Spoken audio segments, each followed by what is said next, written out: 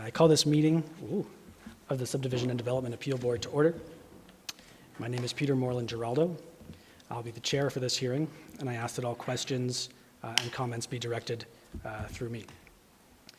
The board members will now introduce themselves, starting on my left. Fraser McIver. My name is Christoph Breyer. The clerk for this hearing is Jolene Noel. Today's proceedings are to hear an appeal on file number PL20220342, which is a development permit for a change of use from contractor service and repair to employee housing. There are a number of procedural steps that need to be taken now, so for the sake of the record. So please bear with us while we get through these preliminary matters. Are there any additions, deletions, or changes to the agenda as provided? There are none. Thank you. I move that the board adopt the agenda as circulated. Those in favor? Motion carried unanimously. Madam Clerk, are there any additions, deletions, or changes to the minutes of the appeal hearings that took place on January 5th, 2023? I know there are none. I move the board to approve the minutes of the January 5th appeal hearings. Those in favor? Motion is carried unanimously. Madam Clerk, are there any additions, deletions, or changes to the minutes of the business meeting which took place on January 5th, 2023? There are none. I move the board to approve the minutes for the business meeting as circulated. Those in favor? A motion is carried unanimously. I'll now ask that each member of the town administration present at today's hearing introduce themselves.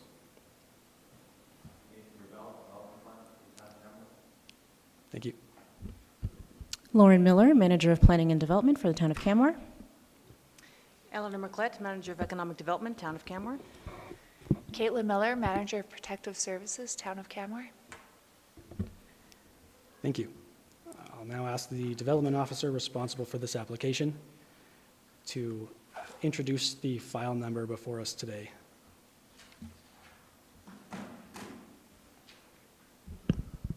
Yes, just to confirm into the record, the appeal hearing is in regards to PL 2022-0342. Thank you very much. I'll move on to the appellant's agent, who I believe is present. The appellant is also the applicant in this case. If you could please step forward and identify yourselves to the board. Yourself.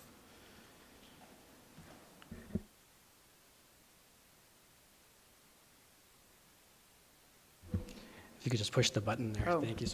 Sorry, it's like I've never been here before. Good afternoon, board members, chair. My name is Michelle Ouellette. I'm speaking on behalf of Steve Ashton, and Steve is also here to speak to the item. I'm with McElhaney Consulting. Thank you. Thank you. Do you have any objection? Sorry, I'll just have you stay up. Do you have any objection to any of the board members on the panel today?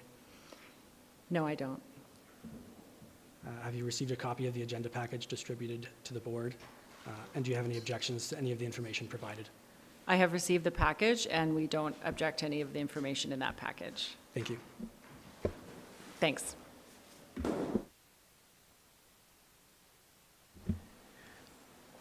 The hearing process this afternoon will be as follows.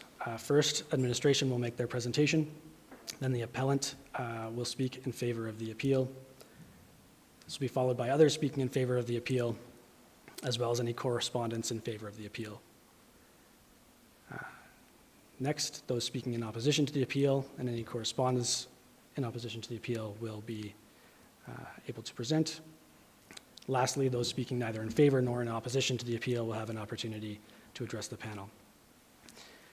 At any time, the board may ask for clarification by any of the persons speaking. Also, the board may ask or direct a short recess if necessary. Finally, administration will be asked to provide any clarifying remarks, followed by any rebuttal or closing remarks from the appellant. The board will then close the public portion of this hearing, and move in camera, in private, to review all the information provided, and we will provide a written decision within 15 days following the hearing. The purpose of the hearing is for the appellant and affected parties to provide the board with information with respect to the appeal. The board must make its decision on the planning merits in accordance with the legislation. Please ensure that all comments are directed to the board.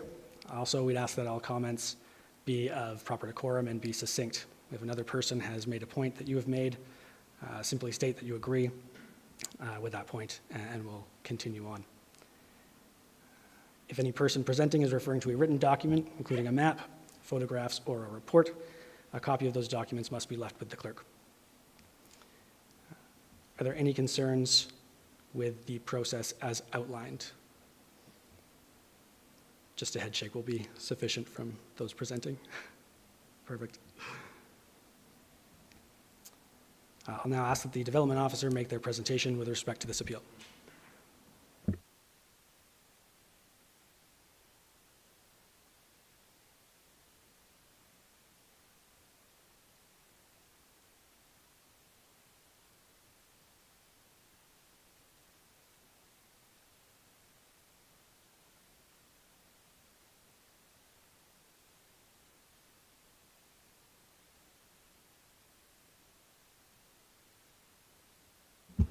Good afternoon, members of the board.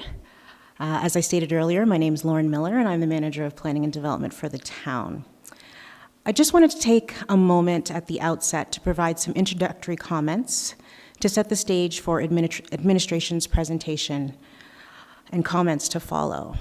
Now, housing is a critical issue within our community, and the town is by no means naive or unaware of this fact.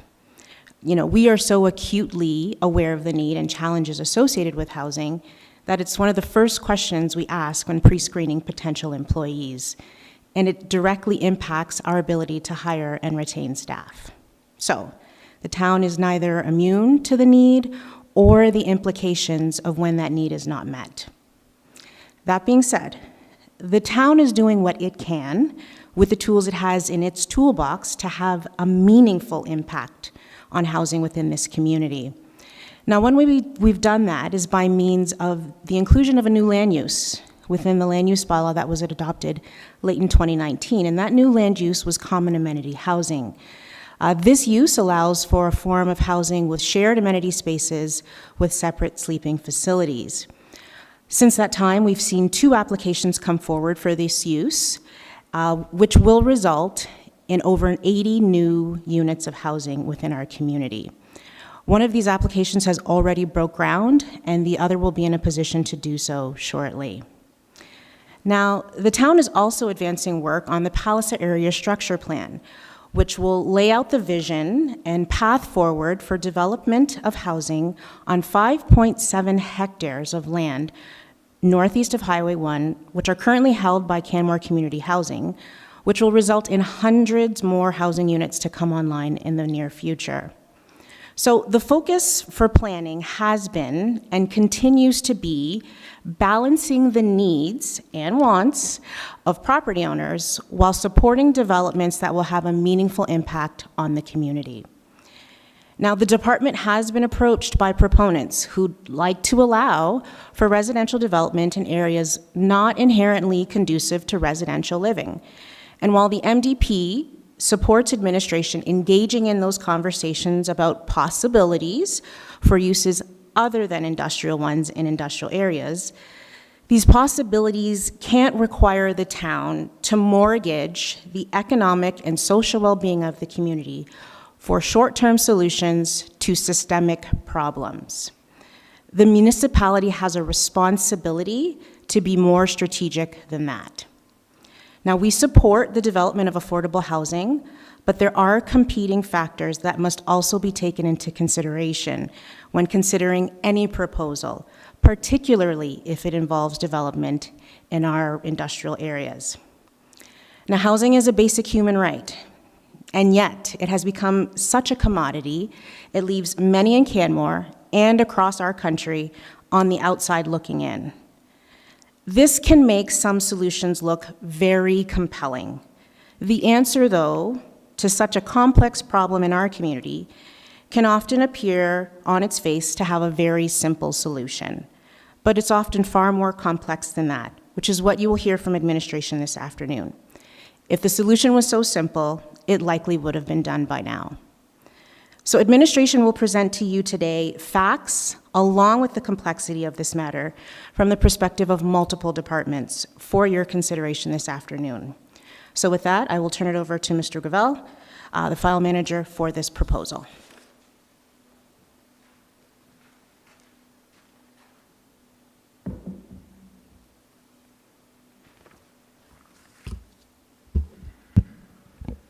Good afternoon, members of the SDAB and those watching from home. Again, my name is Nathan Gravel. I'm a development officer for the town of Canmore. As mentioned, my presentation is in regards to PL 2022-0342. I'll begin with a brief summary of the application. This application proposes a change of use at 127 Bow Meadows Crescent to allow for a portion of the second floor to be used for 2 employee housing units. The application requires 3 variances to the land use bylaw.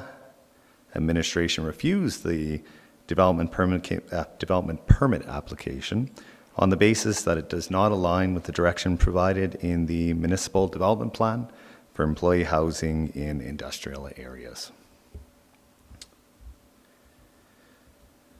There are statutory plans that inform development on the subject site. The town's municipal development plan, referred to as the MDP, directs a couple of key messages. First, that industrial land shall be protected for industrial activity. And second, that there is a limited supply of land available for industrial use. So, for example, industrial goal number 3 states, quote, to conserve and protect the limited industrial land base and identify opportunities for new industrial lands.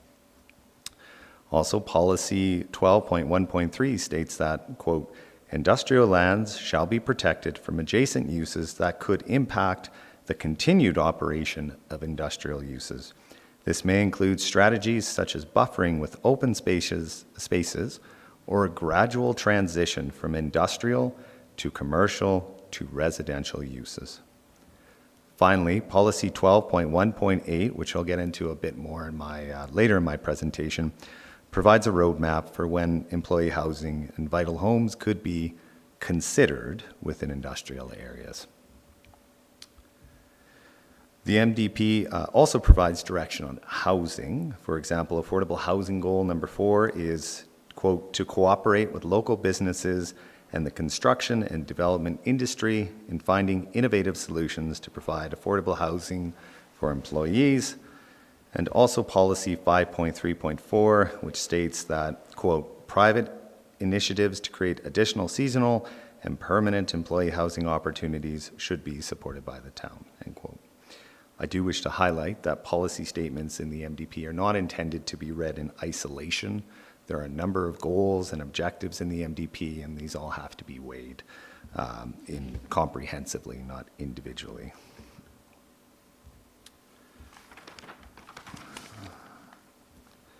The site and area are subject to an area plan, the Indian Flats Area Structure Plan. The plan identifies the goal of the area as allowing, quote, for a range of industrial activities that will be compatible with adjacent land uses, end quote. The ASP does not contemplate housing in this area, so there's no policy direction in the ASP on whether residential housing is permitted and how it should be incorporated. Moving on to site context, the site fronts onto Bow Meadows Crescent. There's one building on the site which is currently undergoing a renovation. Adjacent uses include multi-unit industrial development known as Alpine Meadows to the northwest, the SPCA to the northeast, an automotive repair shop to the east, commercial vehicle car wash to the south, and a tour company to the west. Here we see a view of the streetscape from east and west along Bow Meadows Crescent. Take note, there's no sidewalks or pathways. There's quite a number of vehicles in front of the automotive shop, large vehicles. Looking at land use, the property is within the general industrial district. The purpose of this district, quote, is to provide for a range of industrial uses which allow for intensive and efficient use of Canmore's industrial land base in accordance with the policies in the municipal development plan. Non-industrial uses are appropriate only in limited circumstances and locations where such uses do not displace current industrial uses or utilize land or buildings with potential for general industrial development. Quote. Up on the slide is a picture of the development or the change of use. We see half of the upper floor of the building divided into two-bedroom employee housing units, each with a balcony and both accessed through a common external staircase. Moving on to administration's reasons for refusal. In administration's opinion, based on direction from the LUB and MDP, the proposed use, a discretionary use, is not appropriate at the site. The land use bylaw provides direction on how to evaluate discretionary uses in section 1.10.0.3, which states, quote, when making a decision on a development permit for a discretionary use, the development authority shall consider A, any plans or policies affecting the parcel, B, the location of the parcel, and the appropriateness of the proposed development. So we'll go through both of these. Starting with plans that affect the parcel, the MDP, a statutory plan provides direction on employee housing, as I mentioned earlier, through policy 12.1.8, and I'll read that for the board. Quote, where residential development is proposed in industrial areas, the town should consider the following issues. There are 4 parts to this policy, and I'll go through each one of them, but I'm just covering one per slide here. So the first one, A, residential uses are limited to housing for employees.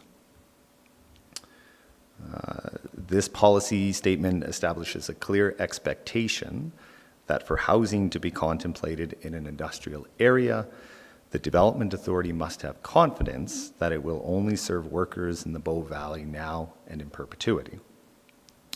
This is a key offset to the increased risk of conflict between residential and industrial uses in an industrial area. And there is risk, and that's inherent to not seeing this typical type of development form. You see a lot of residential commercial or residential only, but you don't see a lot of people lining up historically to build industrial residential type buildings. Administration's authority lies with regulating the use and not the user. And so requiring the buildings be occupied by an employee is a gray area for administration in terms of its ability to enforce. We don't have any tools or mechanisms to enforce the legal means the developer might implement to achieve this, and without such tools, the proposed housing could be used to house any individual, regardless of their employment status. So there's no guarantee the housing would be used for employees now or in perpetuity. The business could be sold to somebody else and they could have a different approach. The property could be sold and the new owner could have a different approach. It's not something in perpetuity that we have a lot of control over, is one of the issues.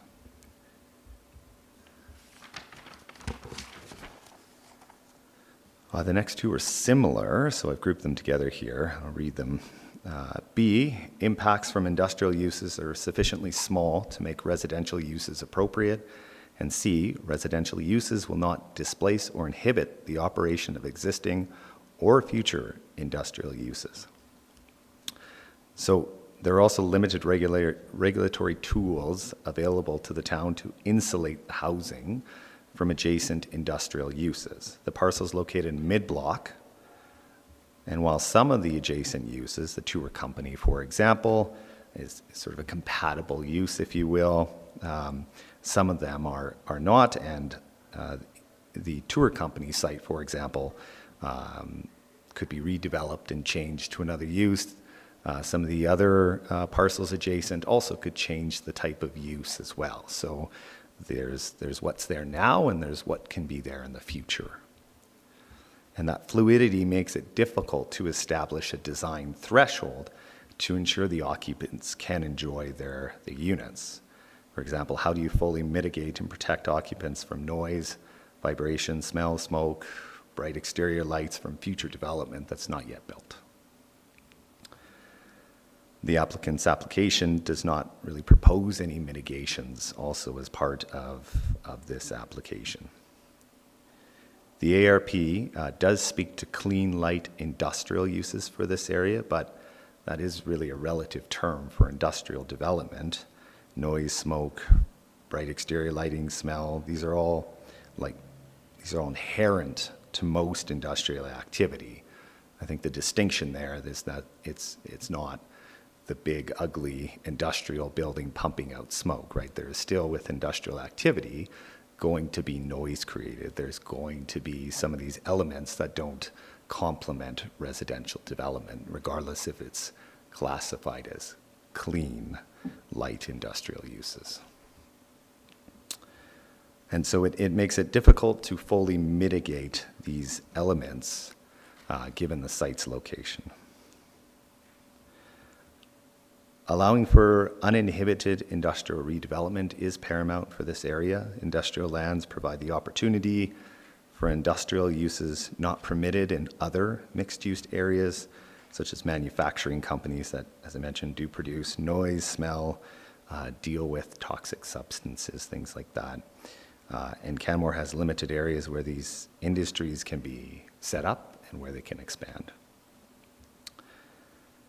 Furthermore, should the vision for the type of industrial uses in this area or the area itself require updating, residential development may provide some barriers to adding, for example, new uses to the district, as those homeowners would likely be more concerned with the quiet enjoyment of their property than what's best for industrial activity.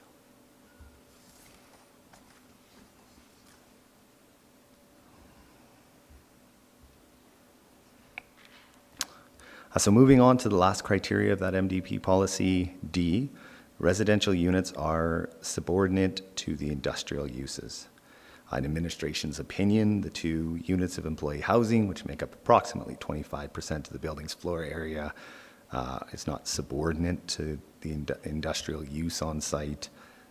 The site and the building are not constrained in any manner. That would preclude the use of the second floor for accessory industrial uses.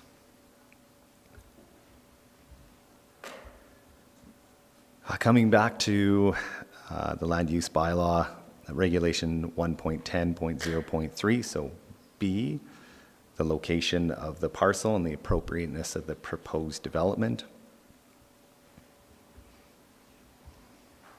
The appropriateness of the housing relative to a basic standard of living at the proposed location should also be taken into account.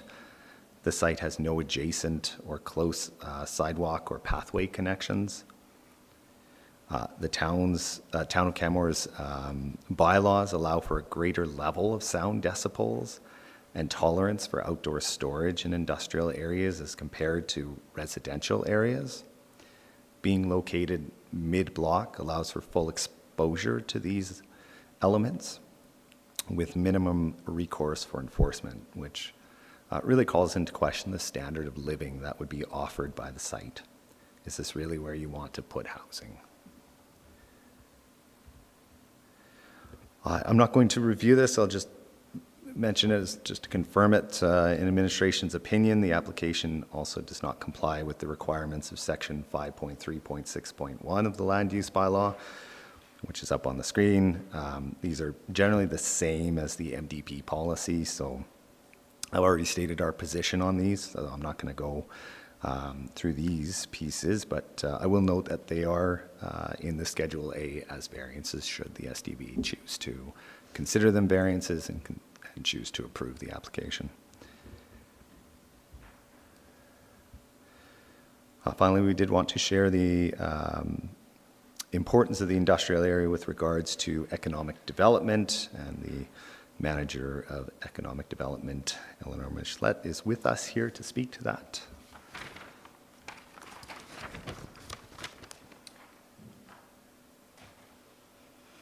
Good afternoon, Chair and members of the board. My name is Eleanor Michelet, and I'm the Manager of Economic Development for the town of Canmore. And I've had the privilege of being that for just under 5 years. And so, as an objective, economic development is focused on to serve the community by enhancing our quality of life, by working with existing and prospective businesses and community partners to create a diverse economy that is resilient to change. And as part of that umbrella of my work focuses, among other things, on supporting business retention and expansion, and business innovation and diversification.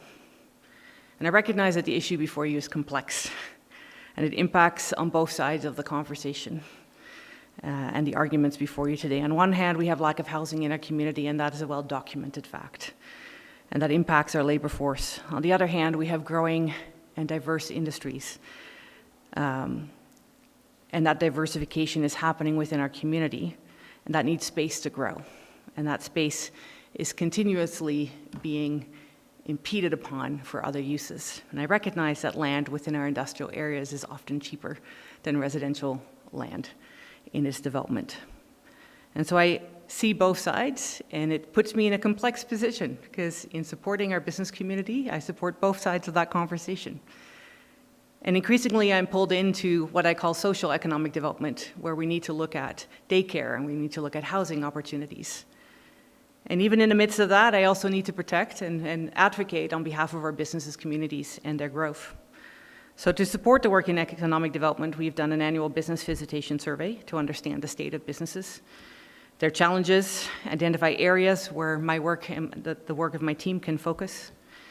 We do a general business survey, or we've done targeted ones in specific areas. And in 2018, that area was in the Elk Run industrial area. The work we currently focus on, for example, in 2021, we commissioned work on a retail gap analysis and commercial and light industrial land review, following feedback from those business surveys. When we heard businesses indicate their struggle to find space to expand and grow. That work is coming to council. That report outlines where the opportunities are and where the gaps are in our existing commercial industrial spaces, and indicates a 1 to 1.6% vacancy rate in our industrial and commercial and retail spaces in Canmore. So the same challenges that we have in residential with growing prices points, the same challenges are what our industrial and commercial and retail partners, our businesses, are feeling in the cost of operating. In 2023, our focus in economic development is really around labor market recruitment and retention strategies. And we work with partners like the Chamber of Commerce, BODA, Tourism Canmore, Kananaskis, the BIA, and other partners to understand and tackle the issues and challenges our businesses are facing in the attraction and retention of their businesses. As it pertains to industrial land, Nathan and Lauren already have spoken about the limited industrial land in Canmore. These lands that by their nature accommodate higher noise, smell, chemical uses, for example, micro-manufacturing like breweries, distilleries, soap companies, wood manufacturing, as compared to commercial land, which is often focused on office uses. Some of these uses do not mix well with houses and are not permitted in proximity due to building code. For example, distilleries are not, by their building code, allowed near housing because of the explosive nature of their processes, the pressure under which they produce their products. These uses can happen in an industrial area and not in a commercial area. This is one of the reasons we strongly urge you to protect the limited industrial land for industrial use. In addition to this, employment opportunities within the industrial areas often correlate to higher paying wages than you often see within retail and tourism nodes. And in order to provide employment opportunities that could increase people's living wage and their ability to live, work, and play within Canmore, it is important to safeguard the limited industrial lands within our town to ensure higher paying industries can grow, develop, and exist in Canmore, and are not forced out of our community in order to grow their businesses. We already have a number of our micro manufacturers do their warehousing in Deadmans or Calgary due to lack of industrial space in Canmore.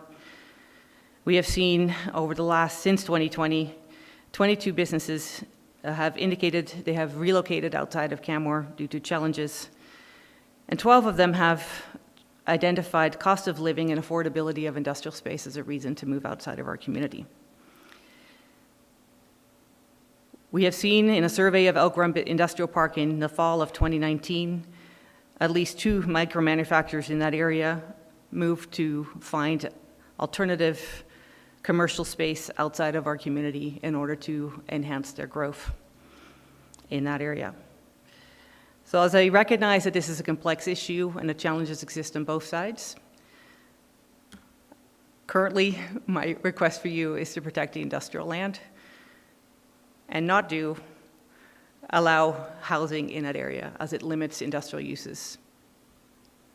And as I also recognize the challenges that brings to the company in question. Thank you. Thank you.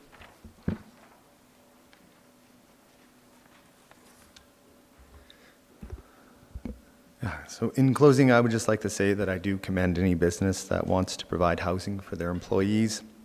And as somebody who led a review of adding employee housing requirements to the land use bylaw, I do understand the importance of this housing quite well. But the matter today is whether the application meets the intent of the district, the MDP, and the ASP. If there's a desire to change the purpose of this area to a mixed industrial and housing area to address housing needs, that should go through a comprehensive planning process. The ARP should be updated to direct how best to facilitate housing in this area, the requirements for it, where would you put some green space, some amenities, and so forth, and it should be a decision of Town Council. This concludes my presentation. I'm happy to take any questions you may have. Thank you very much. Does anyone have any questions for the town? I have no questions. Thank you. I have one question. Sure. Do any residences exist in, on the south side toward the distillery from the property? To my knowledge, there's no approved housing on Bow Meadows Crescent. Okay, and question number 2, are there residences approved? Sorry, I should back up. 121 Bow Meadows Crescent, which was mentioned in the staff report, or actually maybe it was removed, that did receive approval last year for employee housing, 12 units, and that's at the end of the block on the corner. But aside from that, there's no other housing in the district. That has yet to be constructed as well. Okay. Can you show us on the map where 121 Bow Meadows is?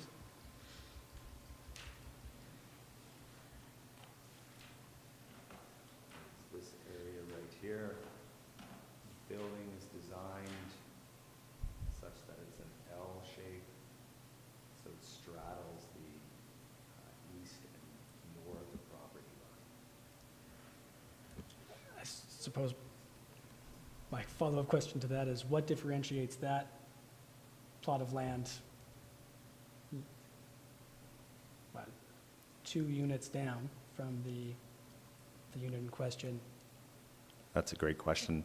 That application went to the Canmore Planning Commission for a decision. Administration's recommendation was to refuse it. Okay. One more question. The to the north that's being developed now, are there residences there? Right here, this site? Yeah. Alpine Meadows, I believe it's referred to. My understanding is their approval does not include employee housing. Okay. Thank you.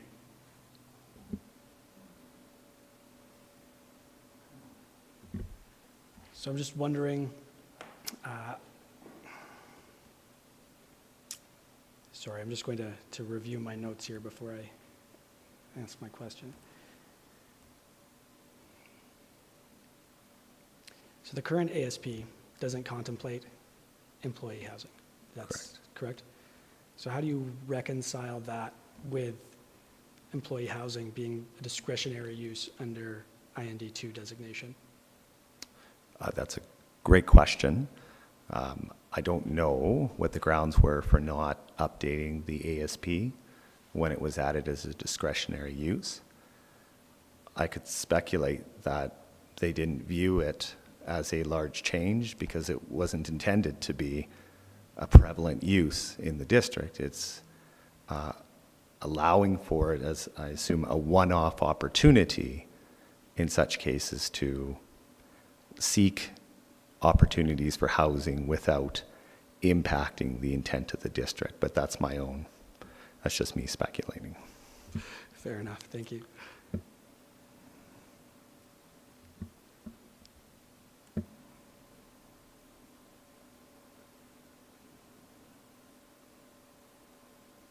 Sorry, just trying to frame a question around my notes here.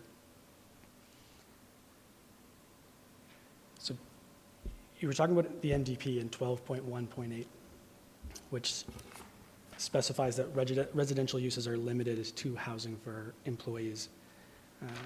And you've stated that it's not enforceable. The town has no mechanism by which to ensure that the units are going to be used for employees in perpetuity.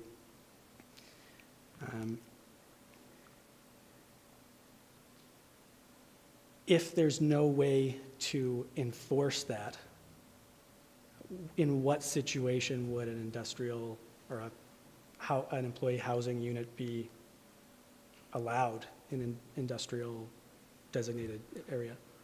That's a great question. I think that the way in which to look at it is not that it would invalidate every application, it just makes it more risky. So the town can't, if somebody is occupying the unit who doesn't have local employment status, the town is unable to go and mitigate that, essentially. So there's more risk with each of the applications is how administration views it.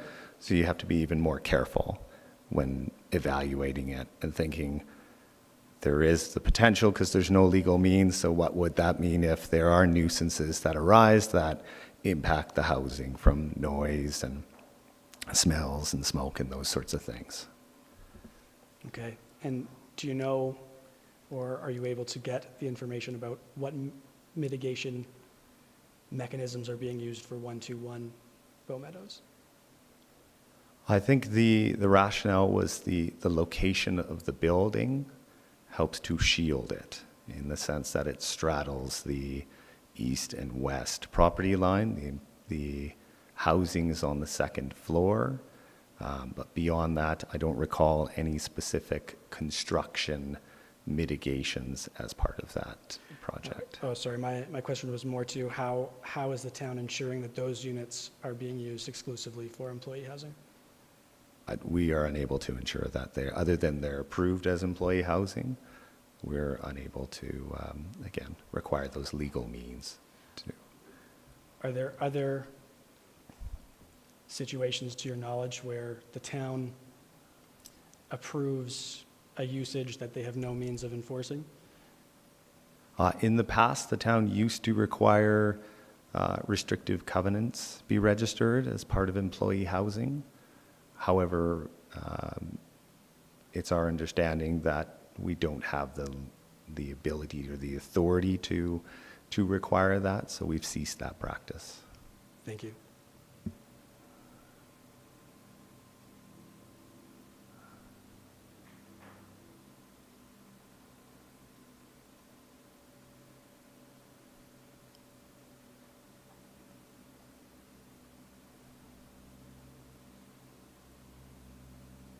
And I just wanted to clarify something from Schedule A. You've indicated a number of variances that would be required under the land use bylaw. Just wanted to make sure that those variances are the ones you were referring to. Schedule A, I think it was A, B, and C of Schedule A, or A, B, and D of 5.3.6.1? Yes, Okay. those are the variances, yes. Perfect. I don't have any other questions. Thank you very much. Great, thank you. Anybody else? No, we're good. Okay, great, thank you.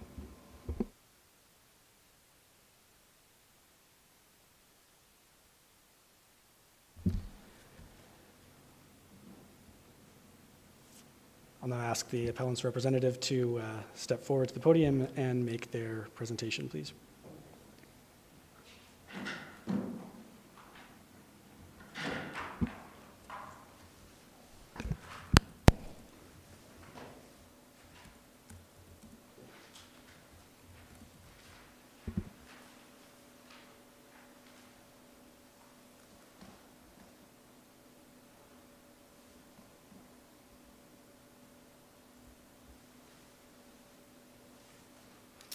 Okay, good afternoon. My name again is Michelle Ouellette. I'm a professional land use planner. I've been doing this for a little while, and I work with McElhaney. The client, the owner is Chris, who owns Can Glass, and Steve Ashton is representing him through his process, through development. So they would also like to maybe say a few words when I'm done. I just want to start with something about the Municipal Government Act. That's my Bible, not literally, but it's the tool that I use to do my job. And through SDAB here, your role is to look at this application from the lens of the Municipal Government Act, you know, and the planning rationale behind it. And there's a wonderful lawyer, his name is Fred Locks, and he's passed away, but he wrote a book called Planning Law and Practice in Alberta. And I think this is a very important piece of work. It's been updated over time, and I think, just paraphrasing from his work, interpreting the MGA, the legislation that governs municipalities is the MGA, and Part 17 is intended to achieve the use and development of land as is consistent with evolving societal values as closely as possible. And so the purpose of this is to secure the safe use of land with the least amount of degradation of the environment, to secure the use of land in a way that minimizes the negative impact on neighboring land, to secure the most cost-effective use of land from the point of view of municipal infrastructure, and to recognize and give effect to the public interest element in private land use decisions, but not at the expense of the private property rights. That's Alberta. So just in terms of the site location and a quick background, we're located here at 127 Bow Meadow Crescent. And as we talked about before, the Canmore Planning Commission approved a development permit for 12 units of employee housing above 6 commercial/industrial bays in May 2022, east of the site in the corner, which is currently underutilized vacant land. So I had requested through Steve that we make this application and that the decision be granted or provided, the decision-making body be designated to the Canmore Planning Commission for this case. But we were told no, and we were directed that this application would be refused and we would have to attend SDAB, and that's why we're here today. So really, there's an existing building on the site, and this project effects development of an addition on the top.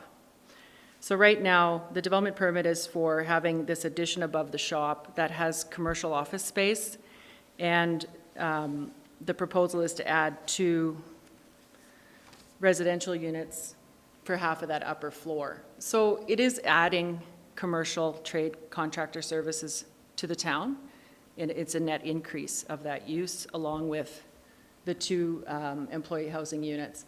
There's some stats, and I know this is in your package, but the point here is that there's an additional office space of roughly 1,465 square feet being added along with the 1,240 square feet approximately of the employee housing on this second floor. And so each of those units has 2 bedrooms and a bathroom, a kitchen, a little living area there, and some outdoor amenity space on a balcony. So it's livable. And by no means is the applicant intending on transforming this area to a full-on residential community for families.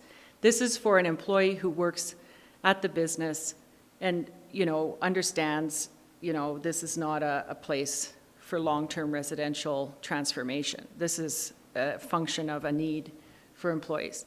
And just to look at the livability of the site, along with the application that was approved to the east at 121 Bow Meadow, I get those numbers mixed up. The one in the corner, the blue line indicates a shared use path. That's a requirement of that development to be constructed. So on Bow Meadow Crescent, through that development, there's going to be a multi-use pathway, pedestrian facility that connects to Elk Run Boulevard. And Elk Run Boulevard is being redeveloped into a cross-section with a multi-use trail facility, so you can bike multimodal, along with the town transportation master plan. Also, there's access to the Rome bus services. There's a park there at Elk Run, Off-Leash Park. We're at the, connection with a number of hiking trails and so on east of the site as you go towards the Alpine Club of Canada. So from an amenity and livability perspective, it's okay.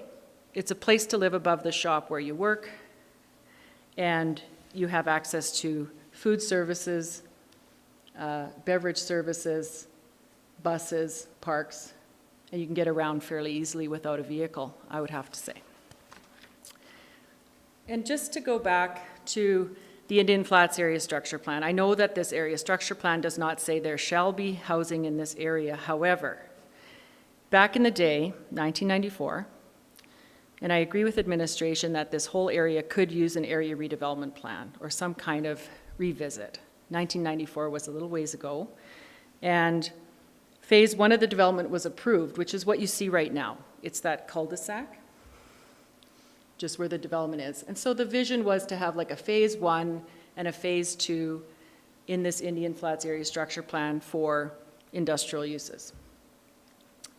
And so really the important policy of this is that the area structure plan promotes development of clean, light industrial uses that are sensitive to the surrounding environment.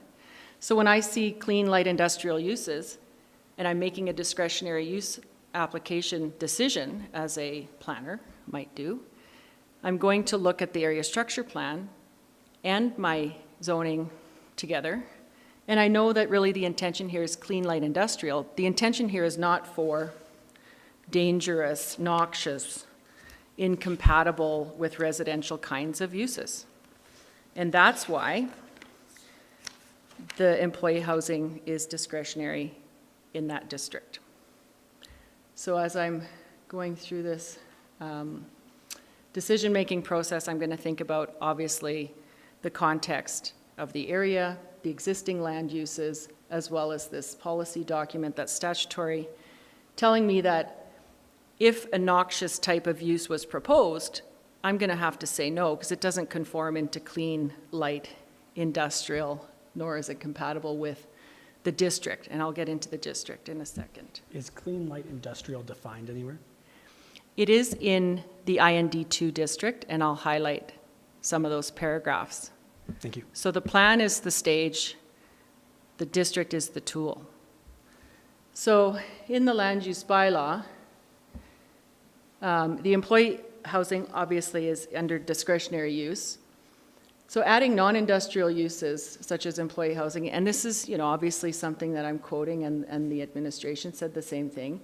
We don't want the residential use to displace otherwise good industrial land or industrial use. In this case and the prior case, we're adding, the applicant's adding, not taking away or really displacing, because if it wasn't for this proposal, there wouldn't be an addition above the current shop. And because everything is clean and light industrial, it's really not displacing. So the regulations in the IND2 district prohibit uses that create pollution, noxious odors, or fire and explosive risk. That's in 535. So that's the tool reflecting what was in the ASP. The units meet the criteria in the land use bylaw housing provisions under 536, which is the number of paragraphs speaking to when it's located above the ground floor and the following, adequate long-term legally binding provisions are in place, the space would not be reasonably used for commercial industrial. I think Steve might speak a bit more on sort of the reasonableness of that use. And so there's these list of things. There's some amenity spaces provided, which I address F. It doesn't really interfere with existing or potential industrial development, as we know, because the structure plan and the zoning says, nope, can't have anything noxious. Same with D. Employee housing units would not constrain future permitted or discretionary commercial industrial uses. So when those discretionary and permitted uses were crafted in the district, that tool reflects that it's clean, light industrial. And you wouldn't put the list of uses together with things that clearly do not get along. You wouldn't just say, oh, we're going to pop some employee housing in there as a discretionary use just because. Obviously, there was some contemplation about that in combination with others. So I just want to speak a little bit more about that long-term legally binding provision, because I feel like that is something where, the town is concerned. If I say, yes, I'm going to have employee housing here, how do I know that's going to be in perpetuity? So the term employee housing and the use has a definition in the bylaw, as you all know. And I know that with other sites in town, and I agree with my colleagues that we don't make land use decision based on who lives there. We don't regulate the who, we regulate the use. So there are tools, and I know working with the CRPS redevelopment site in South Canmore that's providing employee housing for teachers, the town is exploring options to put some kind of mechanism. So I know that the owner could create something on title that says you have to work at this business to live in this building and use one of those employee housing units. That's a private to private relationship. The town doesn't have a vested interest in that instrument, but they could demonstrate that as an owner, we're restricting it to these folks. And just out of way of business and professionalism, abide by the code. But as a planner, we don't regulate who, so they can't put a condition necessarily on the development permit approval to say you have to do it. But I think as a matter of good course, the owner could in fact register something on title that says you have to be an employee to live in these units, and that's the intention of that development. So I think I don't want to get too far into all the different municipal development plan policies, area structure plan policies, economic development strategy, like really, and this is sort of in my report, all of these strategies need to work together to support decision-making ability for council. And so really, I'm back to that question I opened with at the beginning. For a subdivision development appeal board, did the development authority follow that direction through the statutory planning process and regulation and listen to what council wanted at the end of the day to make the decision? That's really the test, I think, as I've heard from other cases and things. In the municipal development plan, the conversion of spaces in upper floors, which are marginally useful for industrial purposes, for housing, for employees and live workspaces, they may be allowed. Development or conversion of these upper floors of mixed use or commercial buildings that don't function well for commercial frontage into housing for employees and live workspaces may be allowed as well. And also in 534, looking at private initiatives to create additional seasonal and permanent employee housing opportunities should be supported by the town. So the town working with private sector to try and reduce that gap. And I know on the horizon there's other projects for both employee housing and industrial land development in the town where there's more opportunities, more areas for development. And so I'm not suggesting that this is like, going to solve all the things, but it does help the gap as we're moving forward with, the town is implementing other strategies and things which are not going to happen in the next 2 years. It's long-term vision. And I agree with that long-term vision. However, I think it's important that we make decisions in land use based in the rules and the direction that we've been provided. The Canmore Council Strategic Plan is a very high-level document, and in there it's obviously identified that the provision of affordable and accessible services is vital to the community, which includes a commitment to a range of underserved housing options. That's council direction. This is 2023 to 26, so their new term, new council, they come up with some new strategic direction for themselves and for the town. And again, in the economic strategy, Pillar 3, which really is about retaining and attracting a talented workforce by ensuring access for all to housing and quality amenities and facilities. And I would argue that 2 units above the shop on Bow Meadow Crescent there has access to some amenities and services for the day-to-day needs. So, in conclusion, based in a thorough review of the proposed development, the site context, and the applicable statutory plans, current land use district, and the existing developments near the site, the proposed development is suitable for the site and is aligned with council direction. The intent of the area structure plan approved by council is clearly to provide a high-quality business industrial area, and this combined with the list of permitted and discretionary uses in the land use bylaw indicate to me, and is our professional opinion, it is suitable to include the employee housing above the shop.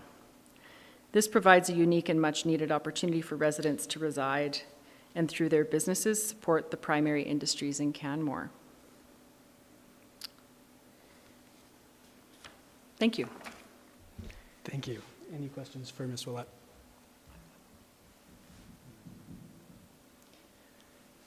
I have some questions.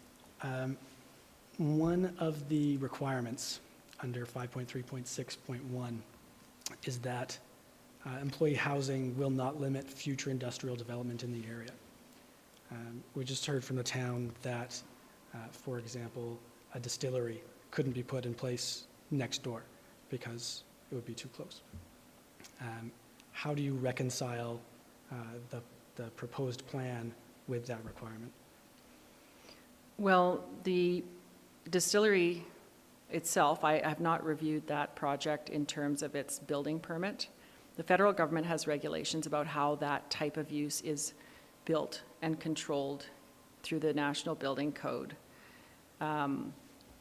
It's one of those things, it's a risk assessment situation. If I live near a rail line that carries dangerous goods, there's a very small chance something will happen.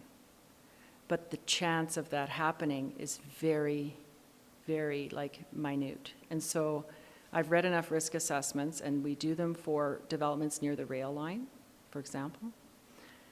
And you have to do that type of an analysis when you're permitting that use. I also know, though, in Bow Meadows Crescent area, there are other residential units above the shops. And so I think it would be incumbent to get a handle on all of those things from a planning perspective, maybe do an area redevelopment plan, but I can't speak specifically to the distillery in its current state. But if a proposed distillery were to go in, or purchaser of the next door property wants to put in a distillery, based on the federal codes that you mentioned, they wouldn't be able to do that. Is that correct? I don't know. I can't really answer that question unless I was to review the actual development proposal. It's kind of a hypothetical, but yes. The issue is with some of these risk uses that if an incident does occur, obviously it affects more than 100 meters from the site. Like they're sort of catastrophic. And I think actually Caitlin might know more about that. I've read lots of risk assessments and rail line studies and things, but I really can't answer that question super good, perfectly. No, that's great. Thank you. No other questions for Ms. Willett? All right, thank you very much. We'll hear from those. Anyone else speaking in favor? I understand. Yeah, Steve, did you want to join us? I'll step away.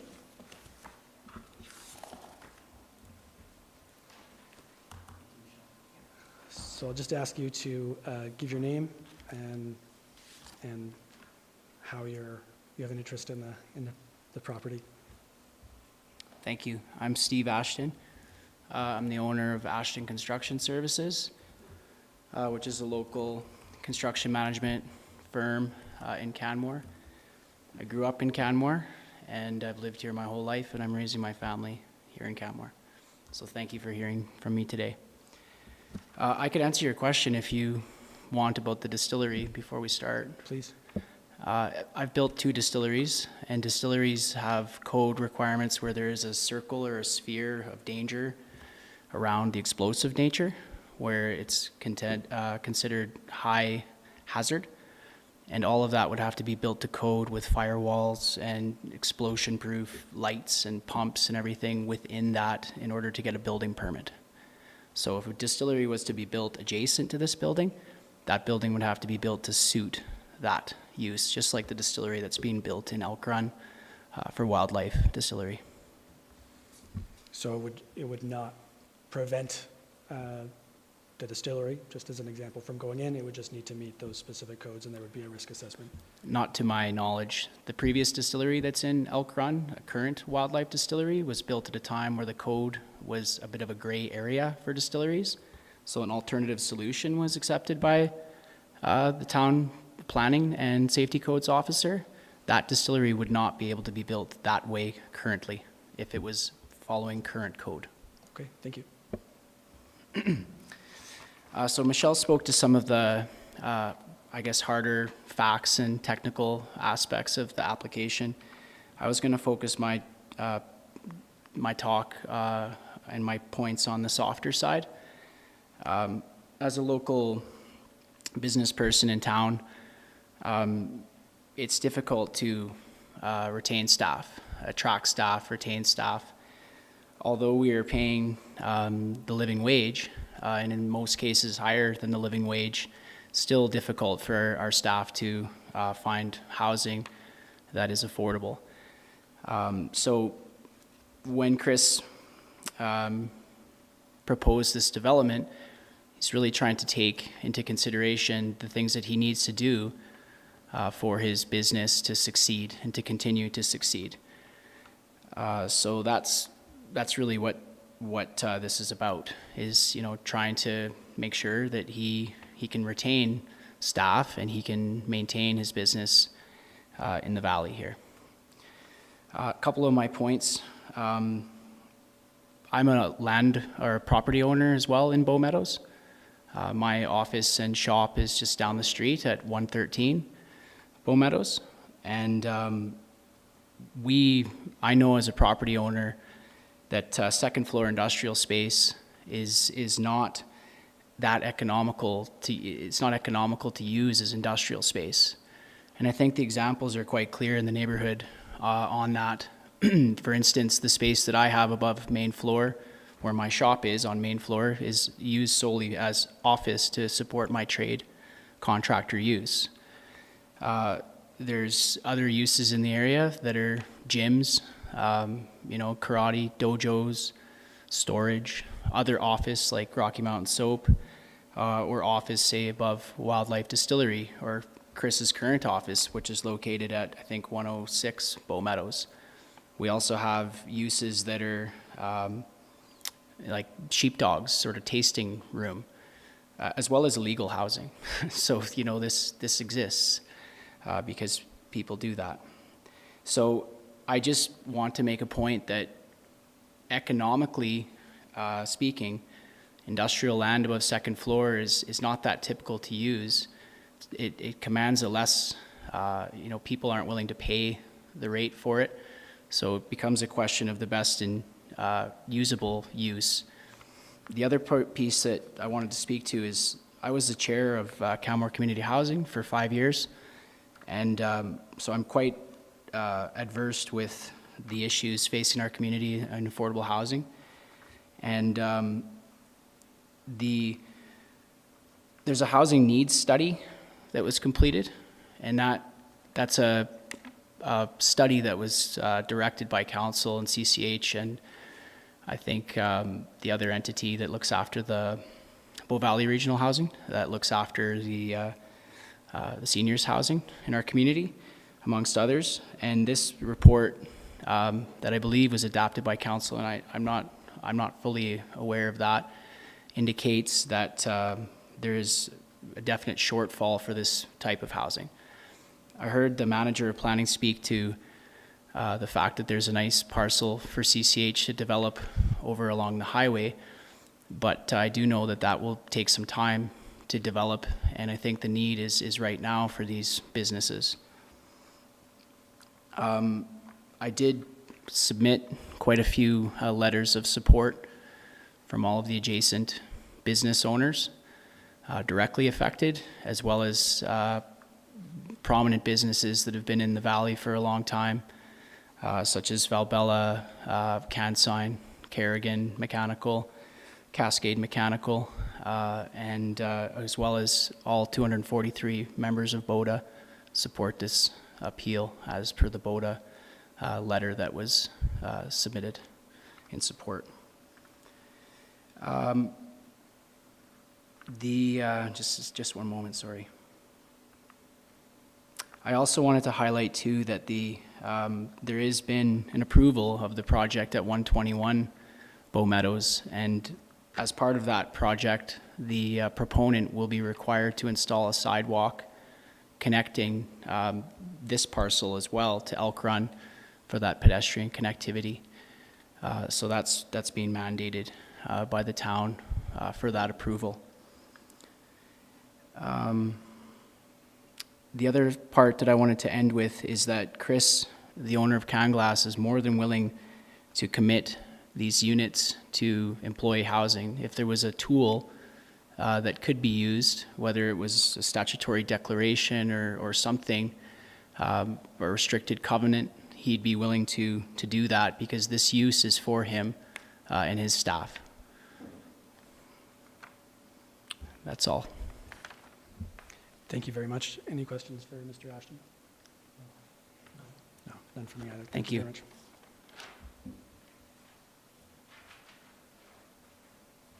Is there anyone else here to speak in favor of the appeal?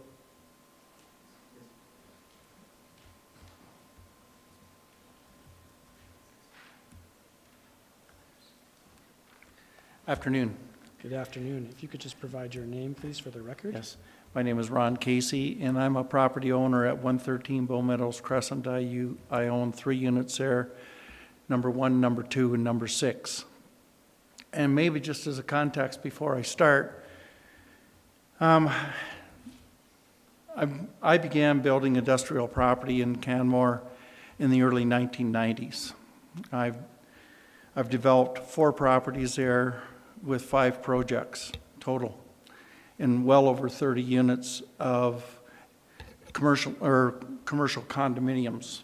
Mostly for trade shops is what we started out building for, because that was the use of the day, but since then they've become a variety of uses over the years.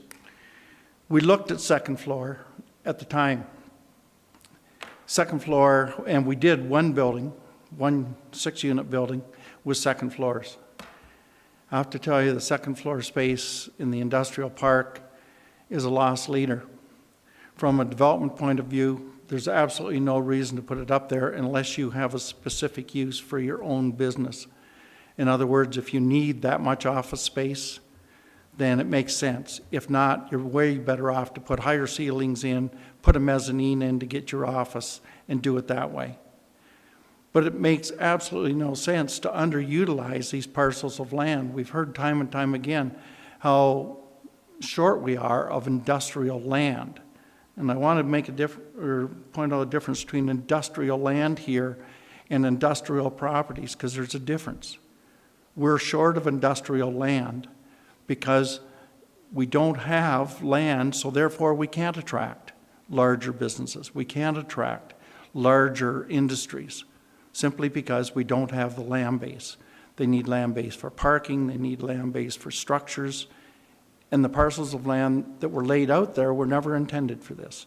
A couple were, and there's a couple of parcels that are still large enough to do that, but certainly not in Bow Meadows Crescent. Over on the Boulder Crescent side, and that Boulder Crescent was initially heavy industrial. So any heavy industrial. That's why the brewery was located over there initially. The building that's been sitting vacant for, I guess, the better part of 30 years. That was all heavy industrial. It's why Bremner Construction is down there. It's heavy industrial. It's why Burnco was down there with their cement plant and asphalt plants. So there was a differentiation between heavy industrial and light industrial in those days. Bow Meadows Crescent was always intended to be light industrial. That's why they talked about disturbance onto Indian Flats, because it was adjacent to an environmentally sensitive areas. So they didn't want any uses that would emit odors. They didn't want anything that would create unnecessary noise or disturbance, and so on and so forth. That was all taken into account in the day with Bow Meadows Crescent. So when we talk about industrial uses on the main floor make all the sense in the world. But for anyone that works in trades, for anyone that works in any kind of industry, unless you're carrying sheets of paper, and even then it's onerous, the second floor of this building is 16 feet in the air. So the height of this ceiling, if you really want to start carting your materials and raw materials up 16 feet to do your work, well, lots of luck. That property is, in my opinion, virtually useless as industrial. It's useful as an office space.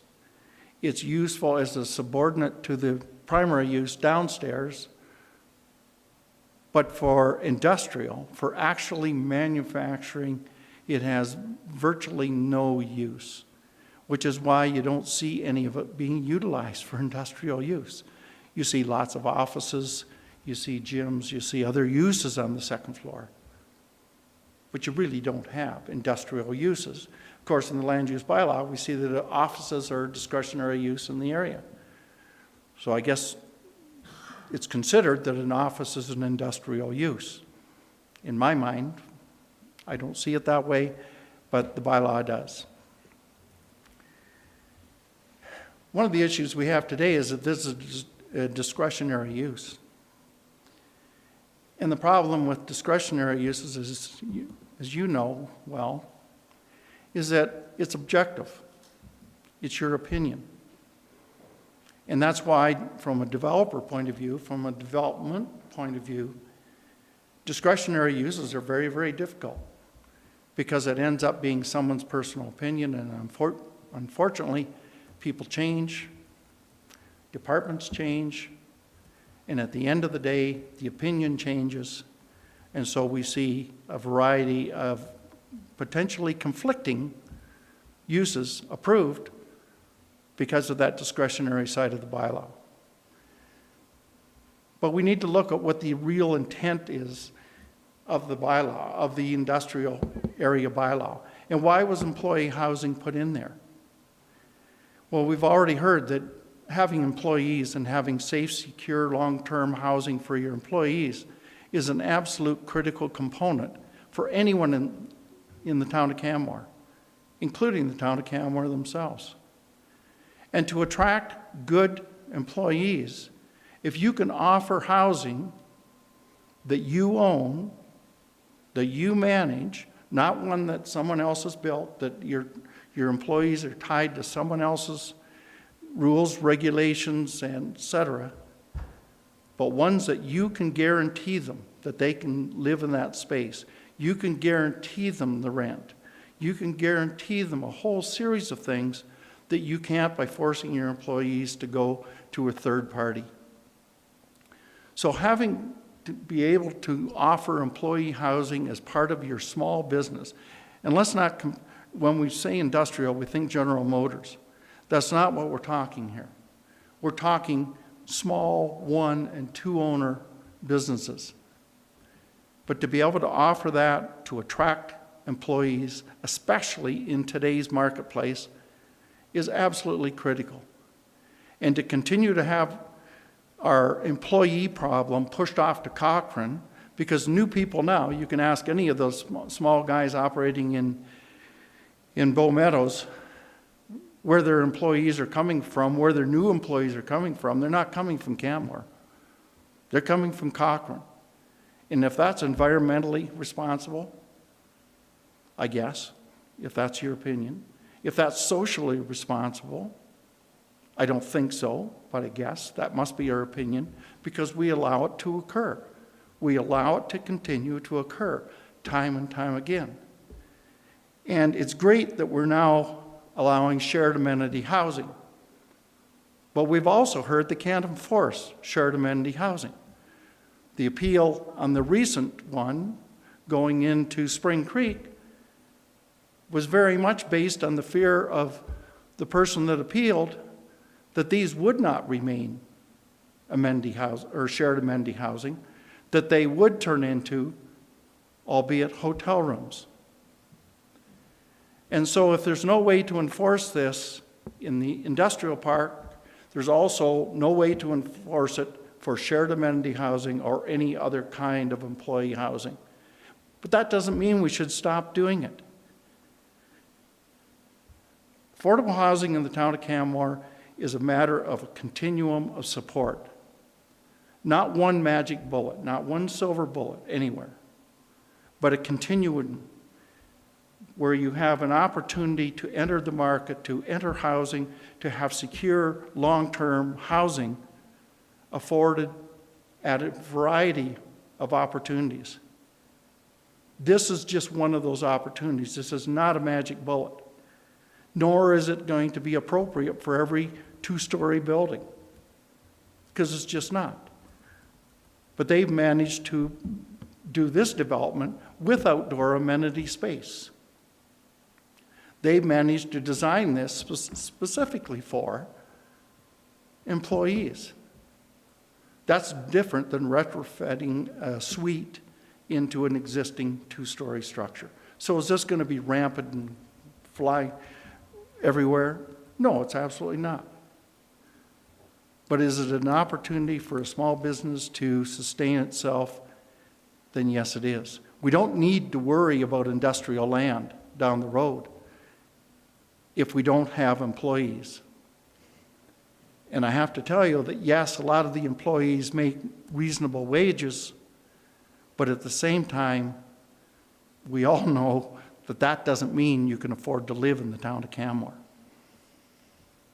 And so the right thing to do here is to allow a business, this development, to put a small notch into this problem, to move us 1 millimeter closer to where we want to be, and that's being socially and environmentally responsible, community-minded, responsible, and providing housing for our staff. And until we get over that, and not just in the industrial park, I mean everywhere, until businesses get over passing their problem off to someone else, in our case, Cochrane, in Banff's case, Canmore, passing it down the road, we're being absolutely irresponsible by not dealing with it.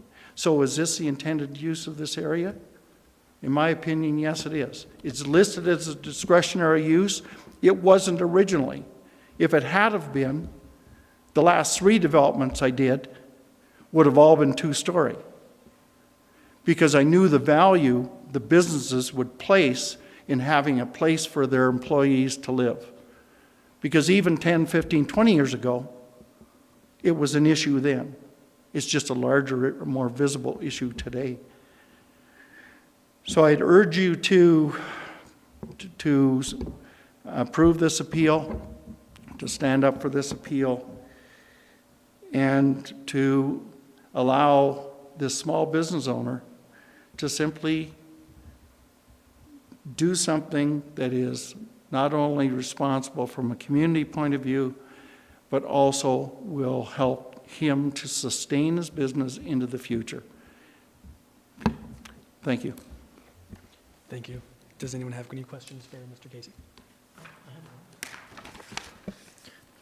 Mr. Casey, do you have any idea how to mitigate the risk for the town that these units are not being occupied by any employees?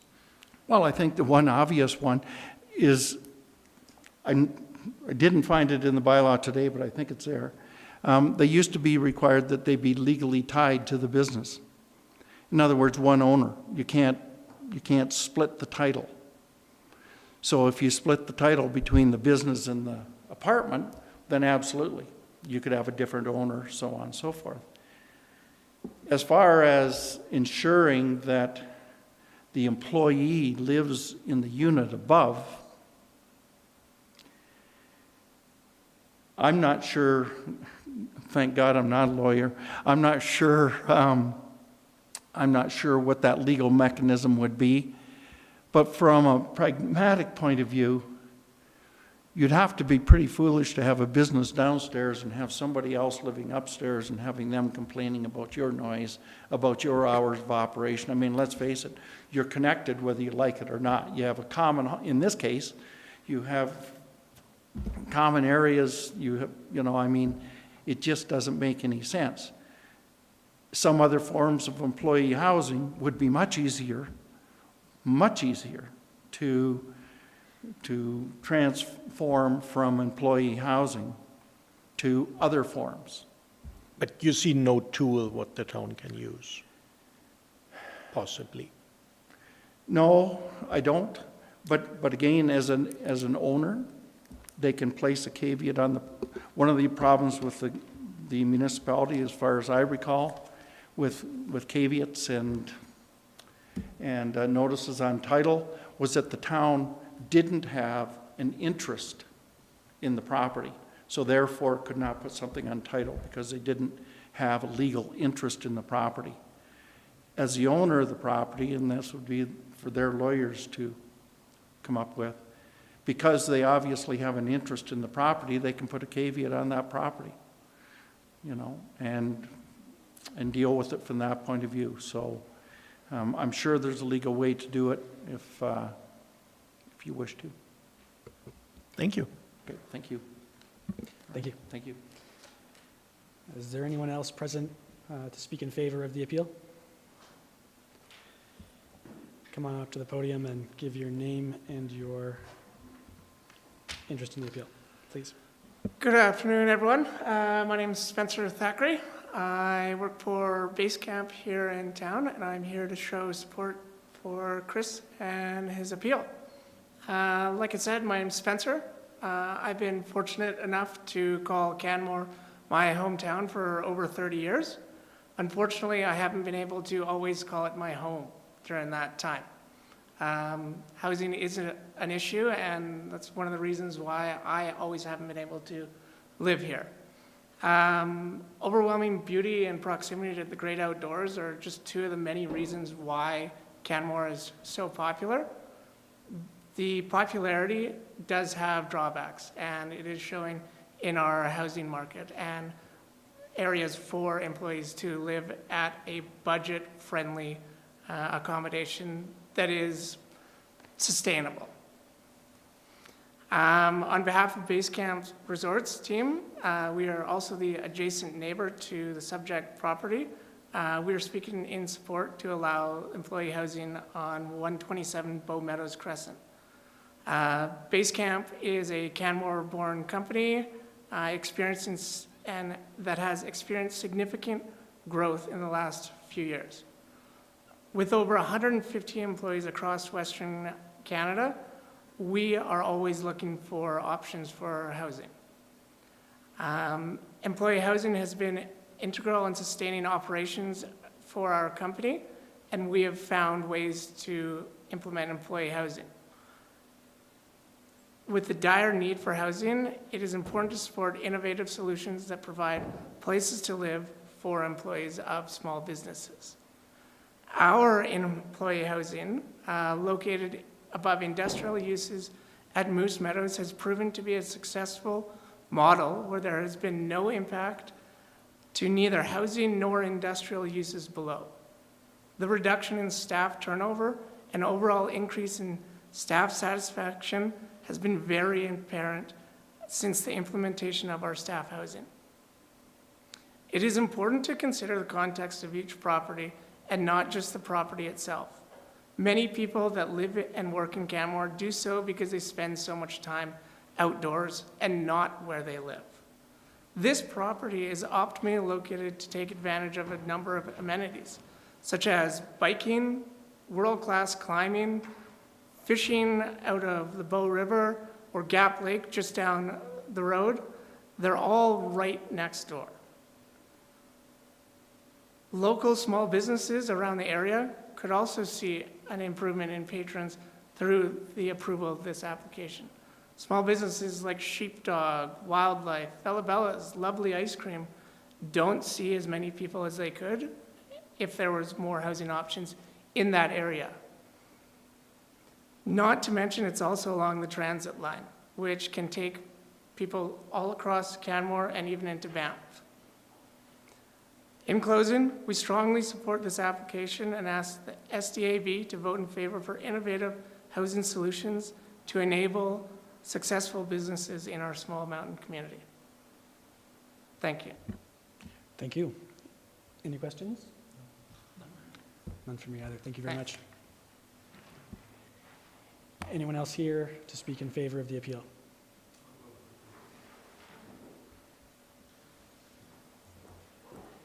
Just before you start, I didn't mention at the beginning, if you do speak in favor of the appeal or opposed to the appeal, please check in with the clerk at the end of the hearing to make sure your name's written down correctly. Fair enough.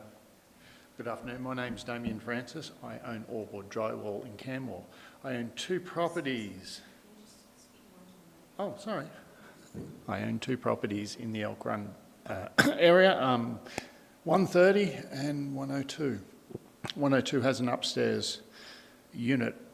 Currently I have that tenanted. I'm fortunate to have that tenanted, but I look at Chris's model, what he's doing as a business owner, because I face the exact same problems. Ron Casey mentioned we've got people coming in from Calgary. I have 5 guys that drive in and out of Calgary every day because they can't live here. Excuse me. Because they can't live here. There's no affordability for them. The rents are significantly cheaper. Even with the cost of gas, they're still better ahead. I'm paying these guys very, very well. Very, very good tradesmen's wages, yet I can't find a place for them here.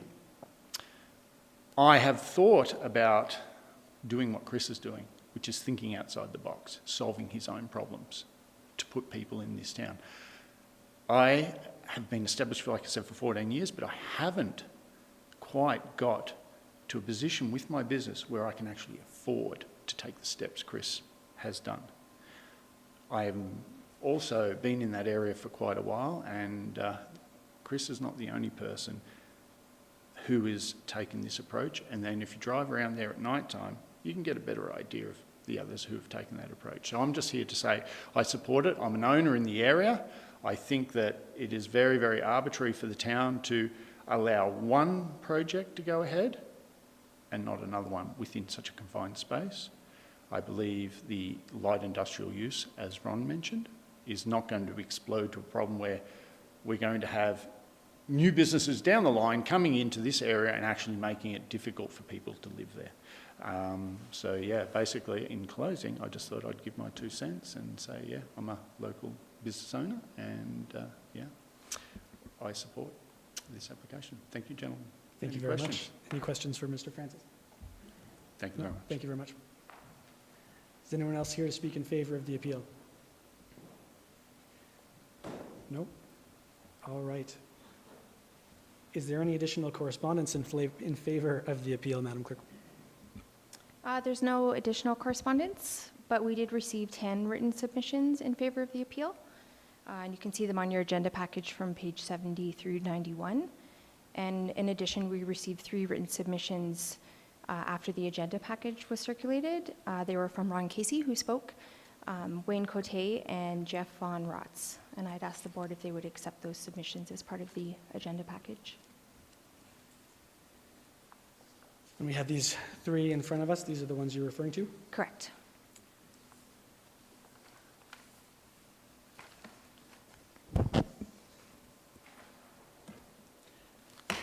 Has the panel had an opportunity to read these documents? Yes. We'll now move to include these in the agenda. All in favor? Motion is passed successfully unanimously.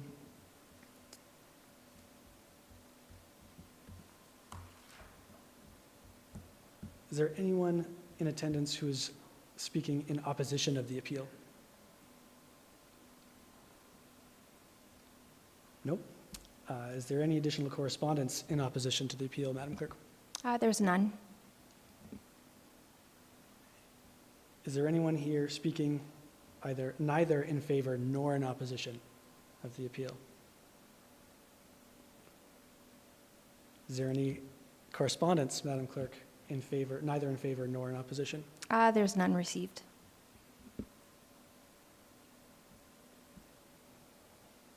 All right. How are you feeling? Do we need a short recess, or can we proceed to the closing remarks? Closing? All right. Does administration have any corrections or points of clarification to make? Yes, we do.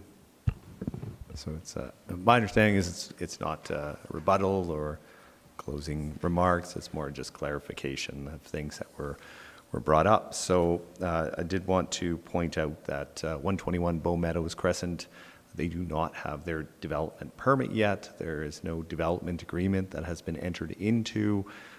So the town has no securities to actually construct that pathway. If for whatever reason they don't get their development permit released, that pathway would not be built. And I did want to clarify that the district does allow for storage of hazardous material at the town's discretion. And also, finally, there isn't anything in the land use bylaw that would prohibit them from condominiumizing, so potentially selling those units. I don't know if Caitlin or Eleanor have anything in terms of clarification that they want to add. Hi, thank you. So while we have been talking a lot about enforcing who can and cannot live there, we haven't really talked about what we can enforce in residential areas. So in residential areas, we can enforce certain standards of living.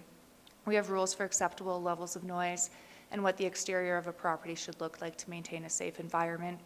These things directly impact the individual living there, and we cannot enforce it in the industrial area. So our community standards bylaw has very specific allowances, or not allowances even, for residential areas, but the industrial areas are exempt.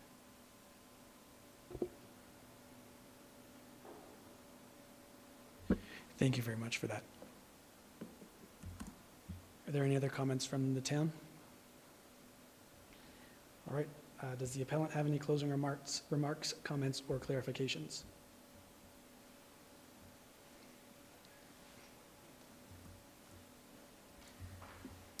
Just wanted to say thank you for your time this afternoon. I know it's sometimes challenging, and there's many competing demands and interests when we talk about land use planning, land use regulation, and land use decision.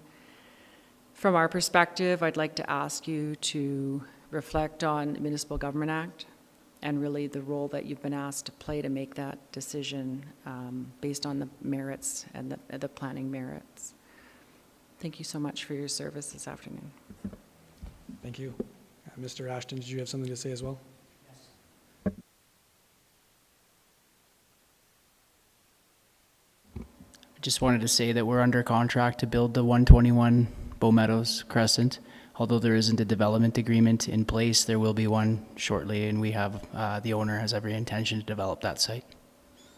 Thank you.